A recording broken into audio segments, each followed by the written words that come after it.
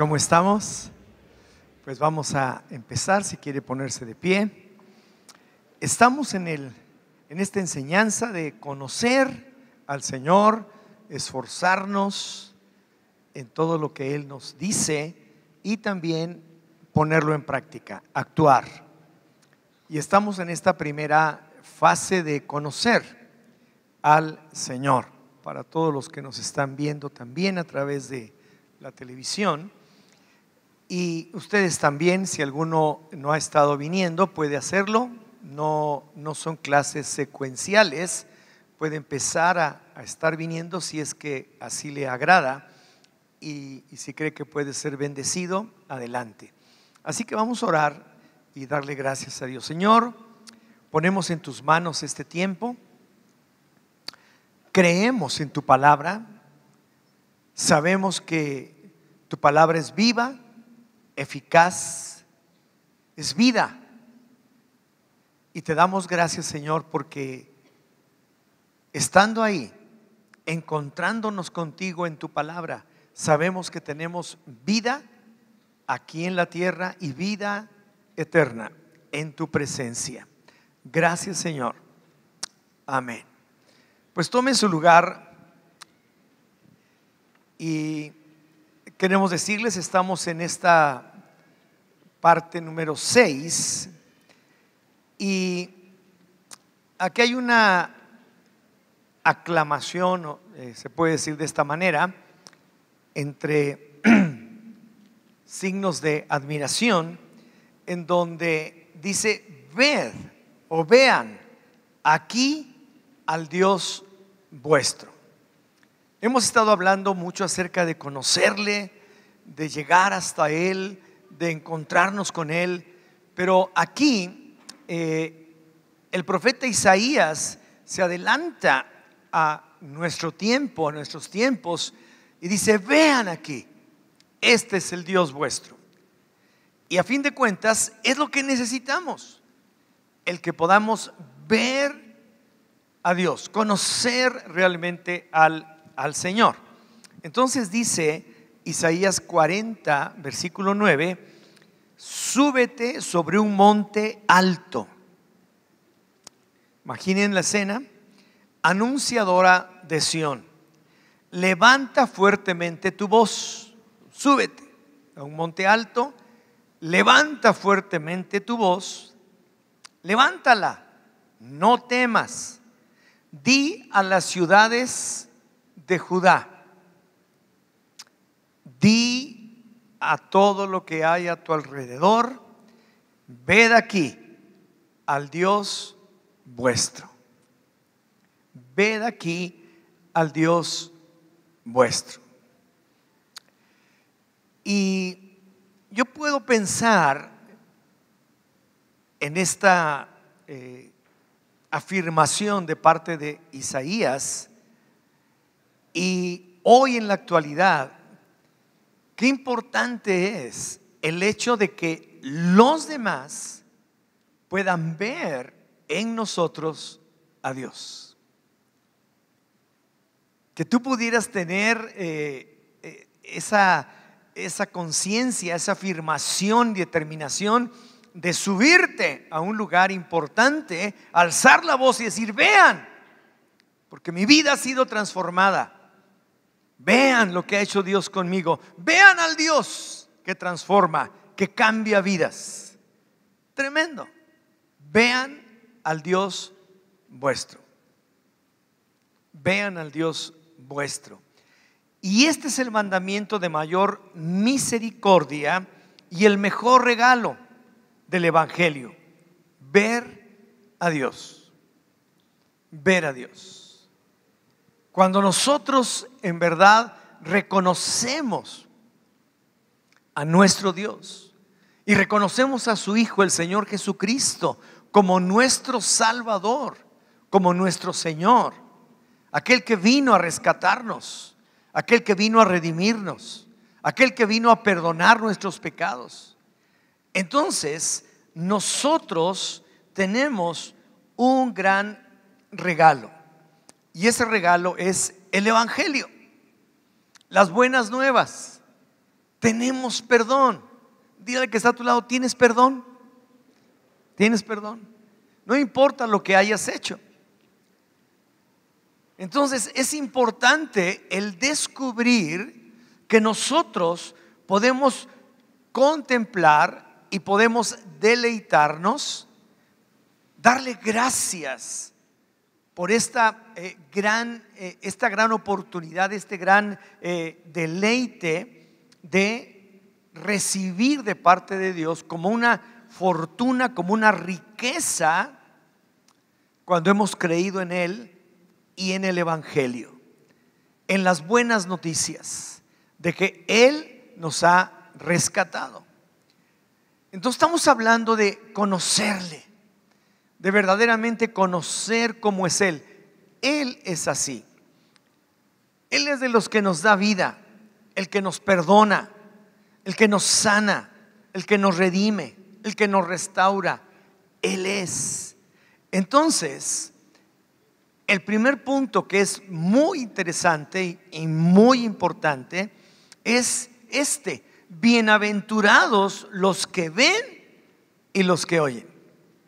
Aquellos que pueden ver al Señor, aquellos que se pueden dar cuenta de quién es Él y que pueden tener oídos para oír lo que nos enseña, lo que nos dice a través de su palabra. Entonces, existe una obra de gracia especial, una bienaventuranza especial que cambia nuestros corazones y nos permite contemplar la gloria espiritual.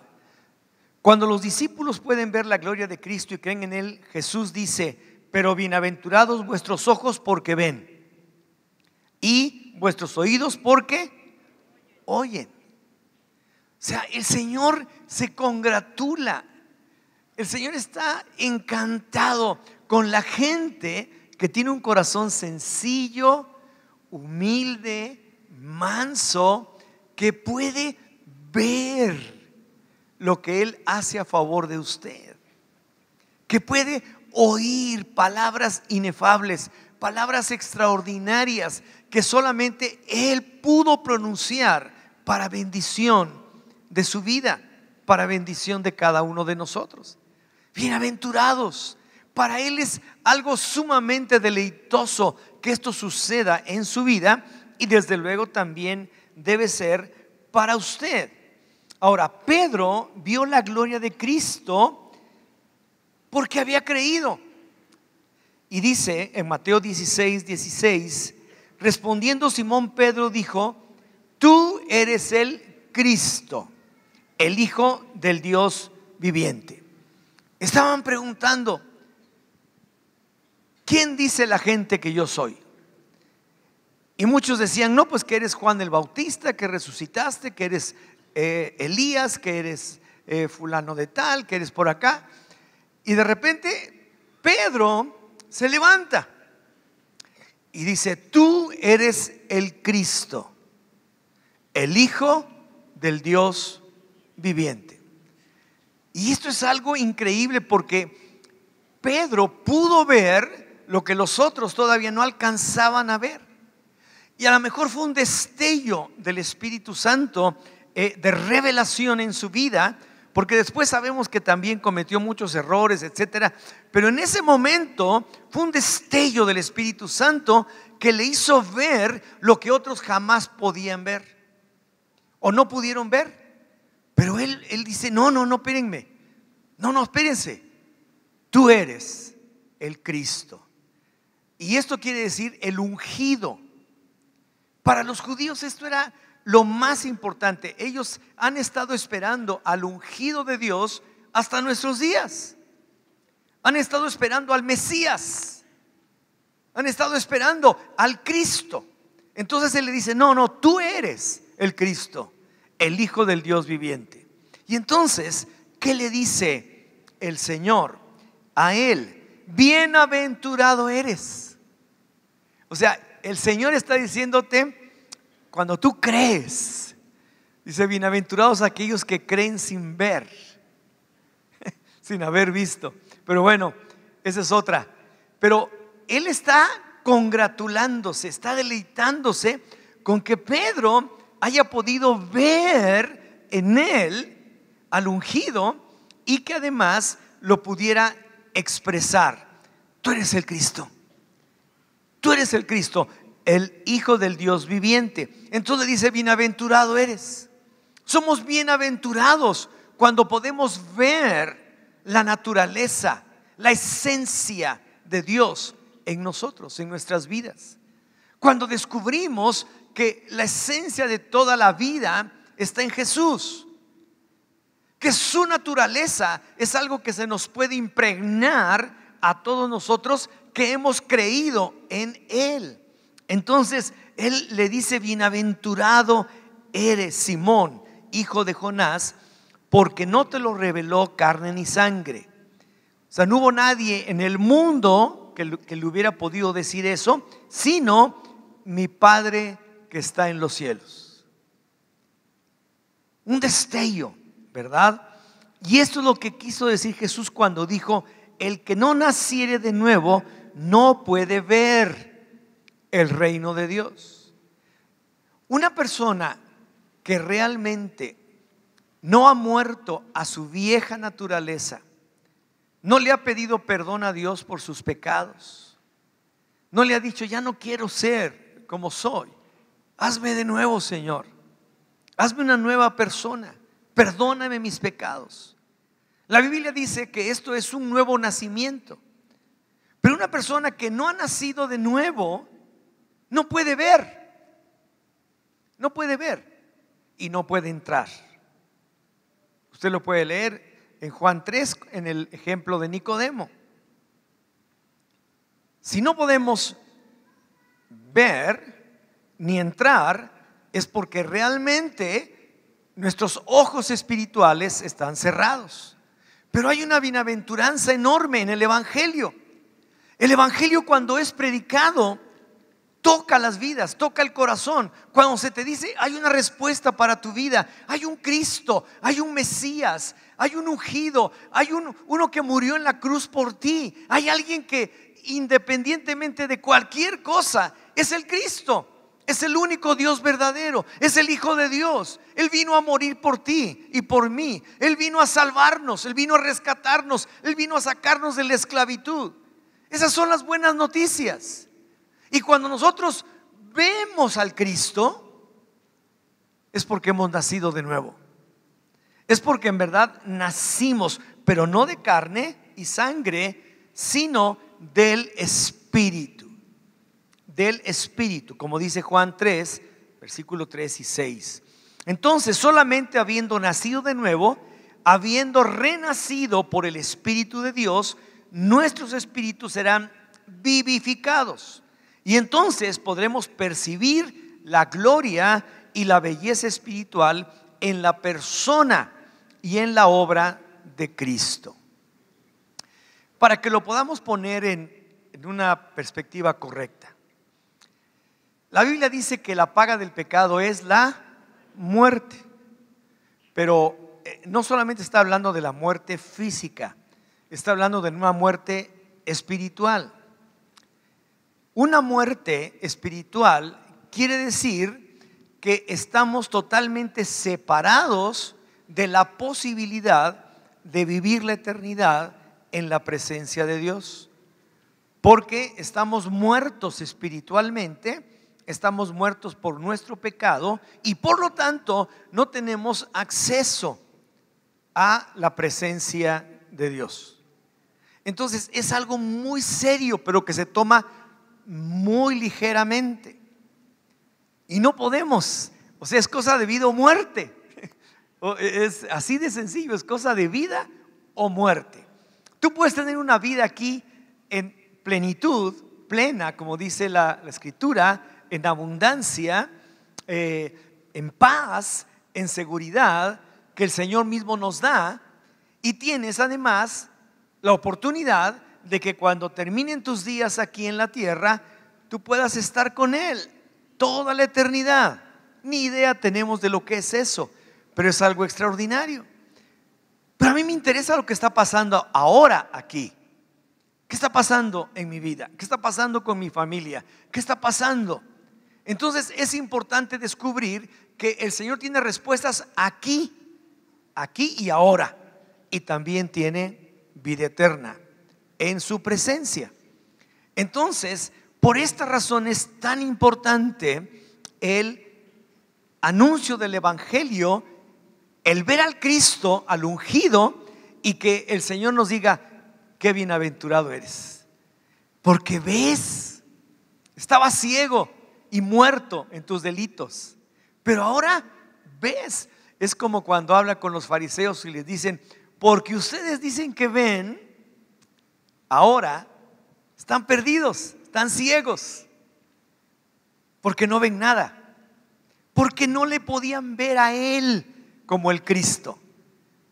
No le podían ver. Entonces, obviamente, si no le podían ver, seguían muertos. Lo veían como un profeta más, como un hombre común, como alguien que hacía ciertas cosas, pero jamás lo pudieron ver como en ese instante lo pudo ver Pedro, y como lo vieron muchos después, como lo has visto tú, el que perdona tu vida, el que sana tus dolencias, el que te da vida eterna, porque es el Cristo, es el ungido de Dios, es el que salva, el que sana, el que redime, el que restaura, el que restituye, el que trae toda la bondad de Dios a tu vida. Entonces es muy importante entender que es maravilloso que podamos tener ojos para verle. Por eso Isaías decía: ven aquí al Dios vuestro. Punto 2. El Evangelio, 2 puntos, es la gloria de Cristo, la imagen de Dios. El Señor Jesús vino a la tierra anunciando el Evangelio del reino. El Evangelio del reino es una especie de un cambio de cultura, el pasar de un reino a otro, del reino de tinieblas al reino de Jesús. Pasar de tinieblas a luz, pasar de muerte a vida. Entonces el Evangelio es la gloria de Jesús, es la gloria que Cristo tiene, y es la imagen de Dios. Así lo dice 2 de Corintios 4:4, dice: en los cuales el Dios de este siglo cegó el entendimiento de los incrédulos, para que no les resplandezca la luz del Evangelio de la gloria de Cristo. El Evangelio de la gloria de Cristo, el cual es la imagen de Dios, porque no nos predicamos a nosotros mismos, sino a Jesucristo como Señor, y a nosotros como vuestros siervos, por amor de Jesús. Porque Dios, que mandó que de las tinieblas resplandeciese la luz, es el que resplandeció en nuestros corazones para iluminación del conocimiento de la gloria de Dios en la faz de Jesucristo. Si podemos ver en Jesús al Mesías, si podemos ver en Él al Cristo, podemos ver la gloria de Dios y la imagen del mismo Dios. El Evangelio de la gloria de Dios, y desde luego el cual es la imagen de Dios. Pero aquí hay algo muy importante. Aquí entra otro factor. El enemigo, el diablo, el chamuco, Satanás, como le quieras llamar, ¿verdad? Dice que cegó o ciega el entendimiento de los incrédulos. Se les pone una venda, les ciega, cegó el entendimiento de los incrédulos. ¿Para qué? Para que no les resplandezca la luz de la gloria del Evangelio de Cristo, o del Evangelio de la gloria de Cristo. Entonces hay gente que vive cegada toda su vida, porque Satanás les tiene engañado y ciega el entendimiento de tal manera que no pueden ver al Mesías. No pueden decir: tú eres el Cristo. Yo puedo entender que Pedro recibió en ese momento una revelación del Padre, como dice Jesús, pero también puedo creer que todos los demás discípulos, los 120, los 500, los que estuvieron en Pentecostés, pudieron ver la gloria del Evangelio de Cristo.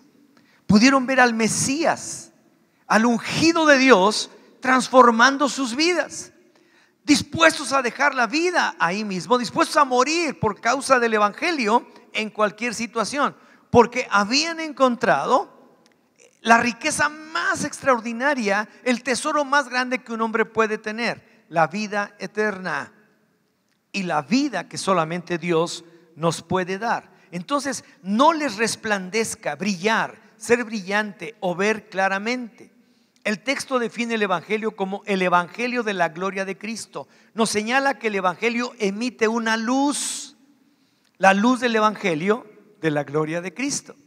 Pero esa luz, dice, no resplandece en aquellos que tienen los ojos cerrados, en aquellos que no quieren ver esa gloria, quieren seguir su vida, quieren seguir como estaban, quieren seguir caminando a su manera o como bien les parezca. Entonces nos dice que Satanás no quiere que veamos dicha luz, porque ver la luz del Evangelio de Cristo es lo que libera a las personas del poder de Satanás, quien ciega las mentes para que no suceda y vean. Pero cuando podemos ver a Cristo, dice que toda venda se cae, que todo tipo de cosas se cae. Un ejemplo: Pablo era un religioso, estudioso, estudió a los pies de un gran maestro, Gamaliel. Él sabía mucho de la Biblia, y cuando surge todo esto del Señor Jesús, que él no le vio ni le conoció, así como los demás, él empezó a perseguir a la iglesia y estaba conforme a todas las cosas que les hacían. Inclusive estuvo ahí presente cuando Esteban fue apedreado y murió. Pero iba a Damasco con cartas de los principales sacerdotes, de los fariseos, para ir y atrapar a otros que siguieran ese camino, ese mismo evangelio. Y en el camino se encuentra con el Señor, una luz que resplandece. Él cae a tierra y pregunta: ¿quién eres, Señor? Yo soy Jesús, a quien tú persigues. Dura cosa te es estar dando coces en contra del aguijón. Dura cosa te es estar peleando en contra de algo que es tan real. Yo le digo a veces a mucha gente: ¿por qué tanto tiempo te tardaste? Dura cosa te es estar dando patadas en contra del aguijón, cuando pudiste haberlo hecho antes. Pero así sucedió con él. Y le dice, cuando se da cuenta de eso, porque no vio más que una luz que le cegó, entonces la siguiente pregunta que hace es: ¿qué quieres que yo haga? Y él le dice: te regresas, vas a ir a Damasco, vas a hacer esto y esto otro. ¿Y qué es lo que sucedió? Quedó ciego, completamente ciego. Dice: allá te vas a encontrar con alguien que va a orar por ti, y nada más. Y cuando ora por él y éste está conforme, creyendo verdaderamente en el Señor, ¿qué sucede? Para los que han leído la Escritura, y si no se los cuento ahora mismo, se los digo, se cayeron de sus ojos como escamas. Cayeron así como escamas y pudo ver. Eso es lo que le pasa a las personas cuando creemos en el Evangelio y podemos ver la gloria de Cristo, la imagen de Dios mismo. Porque el diablo tiene esas escamas, tiene eso que te ha puesto. Y no es hasta que tú, con fe, creyendo en lo que el Señor Jesús hizo, pueden ser quitadas de tus ojos, pueden ser arrancadas para que tú puedas ver. He aquí el Dios vuestro, ved aquí, aquí está. Y lo puedes ver. Puedes ver la gloria de Dios obrando en tu vida, la misma imagen del Señor. Entonces, cuando estamos ciegos, no puede brillar la luz del Evangelio. Ahora, Cristo envió a Pablo a los gentiles para que abriera sus ojos.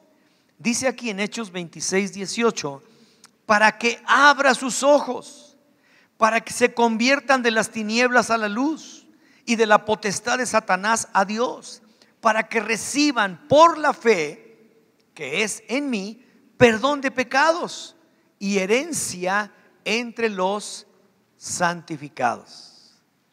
Wow. Estamos llegando ya a los últimos temas de conocer a Dios. Pero esta es la forma, es por medio de la fe.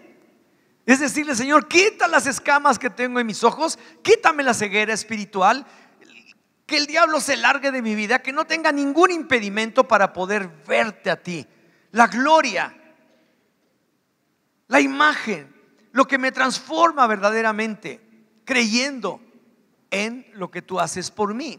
Entonces, por medio de la predicación del Evangelio, se abren los ojos de la ceguera espiritual, se ilumina el corazón, se rompe el poder de las tinieblas de Satanás y se despierta la fe salvadora. Se recibe el perdón de los pecados. Y ahí comienza un proceso que se llama santificación. Santificación. Empieza un proceso en el cual ya no eres el mismo. Sí, cada día vas siendo transformado. Y dice el libro de Efesios que vamos creciendo y vamos madurando hasta alcanzar la estatura del varón perfecto. Y no es que en el momento ya lo seas, no, pero tienes la gran oportunidad de ir cambiando. Y lo que hacías antes, ahora ya no lo haces. Y algunas cosas que todavía se te van quedando, se van quedando atrás. Yo les puedo decir que no soy el mismo de hace 20 años o 30 años. Ya muchos malos hábitos, muchos pecados que eran habituales, muchas tonterías que hacía, ya no las hago. Pero todavía sigo haciendo tonterías. Todavía me enojo, todavía hago cosas, pero voy creciendo y voy madurando y voy caminando con el Señor hasta llegar a la estatura del varón perfecto, cuando será que estemos en su presencia. Pero puedo ver su gloria, puedo ver que Él me está transformando, que ya no soy el Ernesto que era yo hace 30 años. Ya no lo soy, ahora soy diferente. No ha sido terminada, como decía Pablo. No es que ya lo haya conseguido, dice Pablo, ni mucho menos. No es que ya lo tenga, pero yo prosigo. ¿Qué te dice esta palabra proseguir? Determinación, certeza, convicción. Por eso la definición de fe que tú puedes encontrar en el libro de Hebreos es así. La fe es la certeza de lo que no se ve, la convicción de lo que no vemos y la certeza de que lo podremos ver. Son convicciones, son certezas, son cosas determinantes en nuestra vida. Y solamente así se puede hacer. Entonces, punto 3, sea la luz. Dios usa frágiles vasijas de barro para llevar el incomparable poder de la luz, del evangelio, de la gloria de Cristo. ¿Qué sucede cuando estas vasijas de barro predican el evangelio ofreciéndose como siervos? Segunda de Corintios 4:6, porque Dios que mandó que de las tinieblas resplandeciese la luz, es el que resplandeció en nuestros corazones para iluminación del conocimiento de la gloria de Dios en la faz de Jesucristo. Esto significa que en el corazón oscuro y atribulado del incrédulo, lleno de rebeldía contra Dios, estando él lleno de ira por esto, Dios hace lo que hizo en la creación oscura y desordenada en el comienzo de nuestro mundo, y dijo: sea la luz. En el principio dice que la tierra estaba desordenada y vacía, y las tinieblas cubrían. Y entonces, ¿qué dijo él? Sea la luz. Ahora, ¿cuál luz? El sol, la luna, las estrellas. No, ¿verdad? Porque resulta ser que creó más adelante el sol, la luna, las estrellas. Él, cuando dijo sea la luz, es porque él mismo estaba reflejando su propia naturaleza y estaba reflejando la naturaleza de Cristo, que es la imagen misma del Señor, y estaba reflejando su gloria. Dios es luz, en él no hay ningunas tinieblas. Wow, sea la luz. Y así sucede en tu vida. Sea la luz. Pero la luz que te da el Señor es muchísimo más grande de lo que te puedes imaginar. Echa fuera toda tiniebla. No tiene que ver con una lámpara, no tiene que ver con un sol o con una luna. Tiene que ver con la luz del Señor.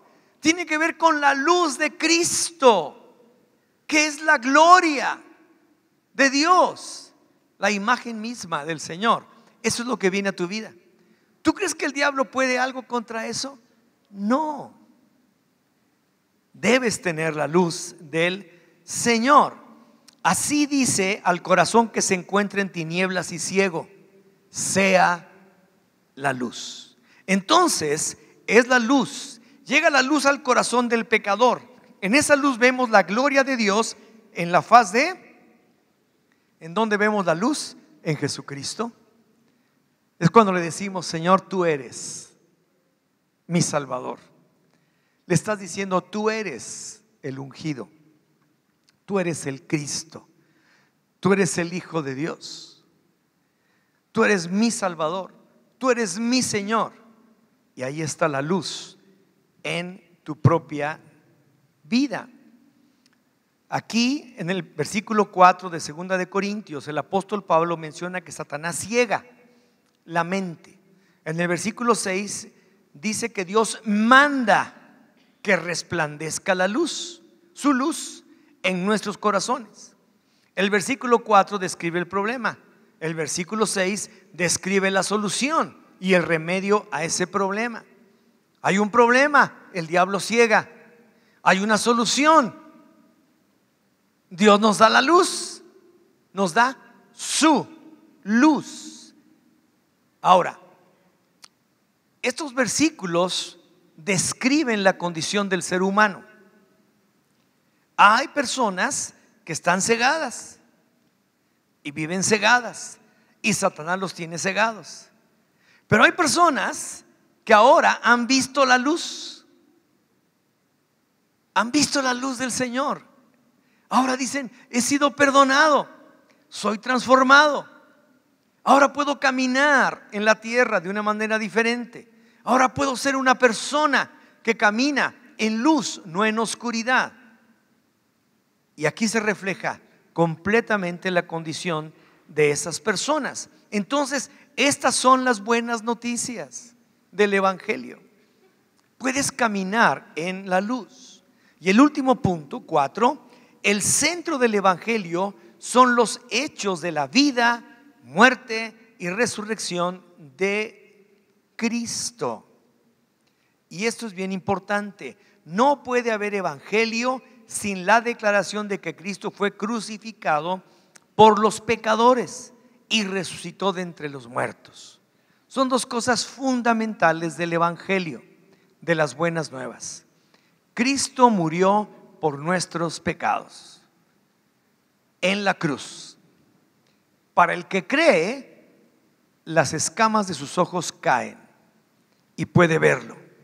Puede ver al Señor, puede ver su gracia, su misericordia, su bondad, su amor, su compasión, todo aquello que refleja aquel que vino para morir por mí y por ti y por toda la humanidad y salvarnos.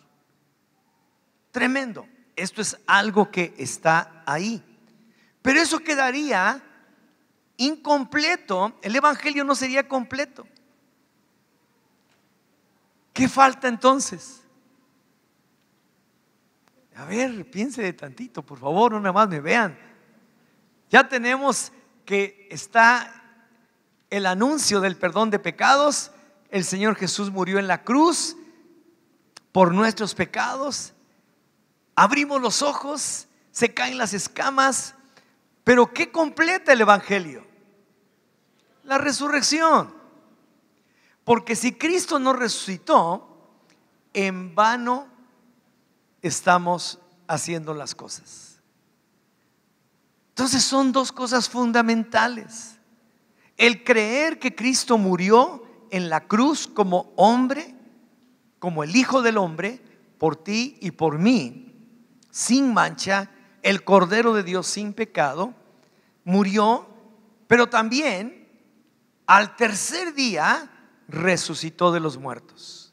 Y al resucitar te garantiza y te da el sello para que tú puedas vivir toda tu vida en luz y puedas vivir en la gloria del evangelio, de la imagen a la imagen de Dios. Entonces no puede haber evangelio sin la declaración de que Cristo fue crucificado por los pecadores y resucitó de entre los muertos. Primera de Corintios 15, 1. Además os declaro, hermanos, el evangelio que os he predicado, el cual también recibisteis, en el cual también perseveráis, por el cual asimismo si retenéis la palabra que os he predicado, sois salvos, si la retienen. Si no creíste en vano, porque primeramente os he enseñado lo que asimismo recibí, que Cristo murió por nuestros pecados conforme a las Escrituras, y que fue sepultado y que resucitó al tercer día conforme a las Escrituras. Ese es el evangelio. Si tú quieres en una pequeña frase, unas pequeñas palabras, sintetizar el evangelio, ahí está. Eso es lo que yo recibí. Este es el evangelio, ¿verdad? El fin de los sucesos salvadores son designios de Dios para revelar la gloria de Cristo. Tú eres salvo para que puedas reflejar la gloria de Cristo. Tú eres salvado. Un asesino, de lo peor que puede haber, es salvado porque a través de eso puede reflejar la gloria de Cristo. Puede reflejar la grandeza y la magnitud del perdón de Dios hacia su vida, de lo que es capaz de hacer Dios con cualquiera de nosotros, hayamos hecho mucho mal o no tanto, pero así es. Ahí se refleja la gloria del Señor. Entonces el valor extraordinario y supremo de la gloria de Cristo que nos revela el evangelio es lo que hace que Satanás se enfurezca tanto con las buenas nuevas del evangelio. ¿Qué es lo que intenta hacer Satanás en tu vida? Al fin de cuentas, causarte sufrimiento y muerte. A fin de cuentas, eso es lo que va a intentar. Eso es lo que para él es su plan, provocarte sufrimiento. Su principal interés es que Cristo quede mal. Él odia a Cristo y odia la gloria de Cristo. Entonces, ¿por qué vamos a hacer quedar mal a Cristo? Yo no voy a hacer quedar mal a Cristo. Él me salvó. Y no importa lo que haga, Él es mi Salvador. Y no importa lo que pase, lo que tenga que sufrir o lo que tenga que acontecer Él es mi respuesta. Y si me muero, que muera, iré a su presencia. Yo me puedo imaginar los romanos del primer siglo, del segundo siglo, del tercer siglo, cuando fueron ahí enclaustrados en las catacumbas, en donde tú puedes ver calavera tras calavera, tras calavera, tras calavera, para aquellos que lo han visto. Ahí quedaron. Aquellos que fueron echados al foso de los leones, aquellos que fueron echados en la arena para que los mataran, aquellos que fueron todo aquello, nunca les pudieron quitar la gloria. Les quitaron la vida aquí en la tierra, pero la gloria no, y menos la luz de Jesucristo, el cual es la imagen de Dios. Jamás. Tremendo. Pero así es, así fue. Entonces, Satanás quiere hacer quedar mal a Jesús. ¿Y sabe qué? Hace su trabajo. El problema es que nosotros no hagamos quedar mal al Señor, que realmente nos paremos firmes. Decir, es que es demasiada gloria la que tengo, es demasiado extraordinario lo que me pasa, es demasiada riqueza la que tengo, es un tesoro enorme, porque puedo ver la gloria, puedo ver cómo he sido, puedo ver la gloria en la vida de las personas que amo, que veo aquí. Puedo ver cómo Dios está obrando en ellos, puedo ver cómo les ha transformado. Es gloria, es la imagen, es luz en la vida de la gente y de la iglesia. Es algo glorioso, como se lo puse aquí. Entonces, el evangelio es el instrumento de Dios para liberar a la persona de exaltarse a sí mismo. En el evangelio no hay manera de exaltarse a sí mismo. El evangelio es para la gloria de Dios. No te puedes salvar por ti mismo. No te puedes exaltar a ti mismo. No puedes decir, yo me salvé porque yo pude o porque mis propios medios lo lograron. Imposible. Entonces, el evangelio es el instrumento de Dios para liberar a la persona de exaltarse a sí mismo, para ahora exaltarse en Cristo y exaltar a Cristo. Por esta razón es que pues Satanás odia tanto el evangelio, las buenas nuevas del Señor. Pero el Señor quiere que tú puedas ver y oír, y puedas, como Isaías, subirte a un monte alto, a la peor dificultad que tengas, pararte firme ahí y gritar: vean, he aquí mi Dios. Wow, wow. Vean, vean. Los que están leyendo el tiempo con Dios, con la lectura de la Biblia en un año, estamos leyendo Job, entre tantas, ¿verdad? Y tú puedes ver ahí la gloria de Dios. Job era pecador, definitivamente. Era un hombre excepcional, pero era pecador. Pero podemos ver a través de su fe en el Señor la gloria de Dios. Tremenda la gloria del Señor. Y esto es lo importante, que tú puedas ver a Jesús, que tú puedas ver, he aquí el Dios vuestro, y que después te puedas subir y anunciarlo, como dice, vean, el Señor me ha transformado, he aquí la luz. Estas son las riquezas más grandes que Dios nos puede dar. Vamos a ponernos en pie. Wow, y vamos a dar gracias al Señor. Y que el Señor les dé luz toda su vida, y que puedan ver, que la revelación esté a piel, que la tengan aquí en sus labios, en su mente, en su corazón, que puedan como Pedro, espera, tú eres el Cristo, el Hijo del Dios viviente, el Mesías, el ungido, y que puedas reflejar esa gloria. Yo creo que en ese momento a Pedro le brilló todo, ¿verdad? Y después ya no tanto, pero le brilló, ¿verdad? Pero cuando se para en el libro de los Hechos a dar su primer sermón, ¿qué vieron en él? Para que 3,000 personas recibieran a Cristo y fueran bautizados. 3,000 en su primer discurso. ¿Qué vieron? La gloria de Dios y la luz del Señor. Y la luz del Señor en él. Y lo vieron.